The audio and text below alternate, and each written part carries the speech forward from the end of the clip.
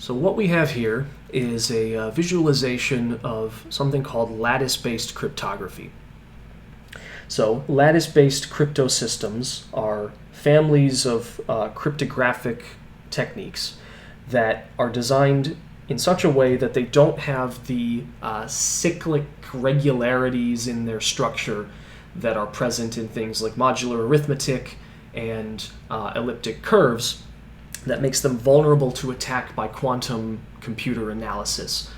In particular, cyclic structures like that are vulnerable to very fast quantum Fourier transform approaches, and so can be broken by quantum computers. But lattice cryptography is intended to not have that kind of structure to make it resistant to quantum attacks.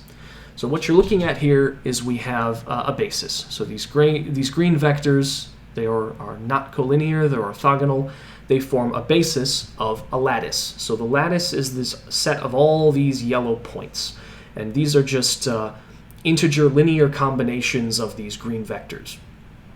Now, two lattice points, other than these two, these like basic two just on the basis vectors, have been chosen. So this one and this one are denoted by these red vectors. Now, because of the way linear algebra works, these red vectors are also not collinear.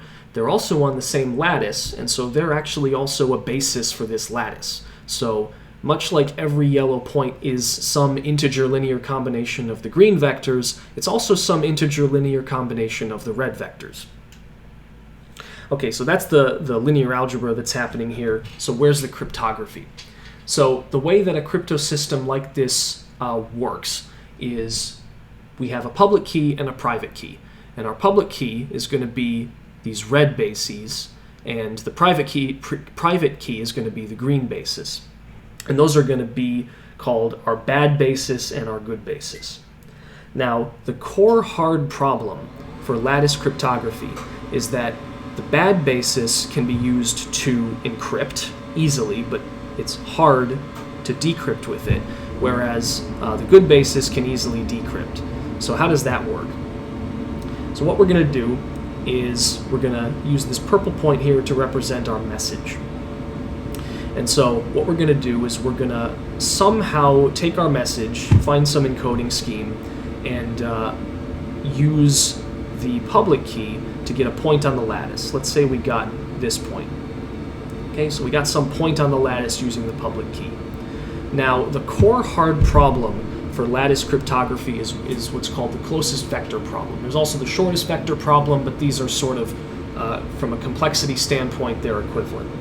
So the key thing here is, okay, if I have a point just on the lattice, then it's basic linear algebra to find what combination took us there. But if I jostle this point slightly so that it's off the lattice, then in general, it's very difficult to find what the closest lattice point is to this point. Okay? Now, my bad basis here isn't particularly bad. You can see it's also landing there. Let me find a different one that's not as good. This one will do. So, this trapdoor function is such that with a good basis, we can very easily find the closest point. You can see the green good basis finds it very, very easily. But what I show here is that for the bad basis, I've run 1,000,000 iterations of a brute force search, and this was the closest point I was able to find through the course of that search. So this demonstrates kind of the asymmetry of this crypto system. Now, if I move this point around, you'll see that the good basis is consistently able to find the closest point to our kind of encoded message here, but the bad basis is usually a little bit off, if not quite a bit off. So, for example, if I sort of leave it here, you can see it's really rather off. With a variety of other bases, it varies in its performance. Normally, this is done in a much larger number of dimensions that you can see here, and the effect is much more significant there.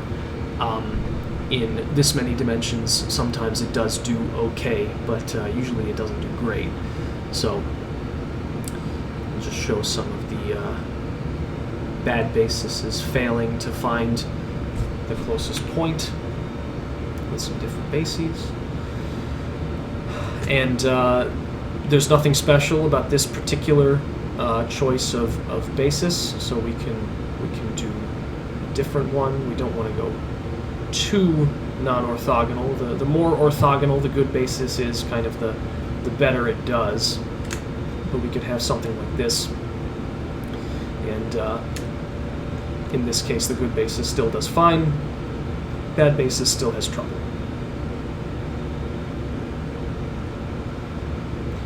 So this has been lattice-based cryptography. This crypto system is the core of a lot of up-and-coming crypto systems such as Kyber and dilithium that are under review by NIST as post-quantum proposals. And yeah, that's about it.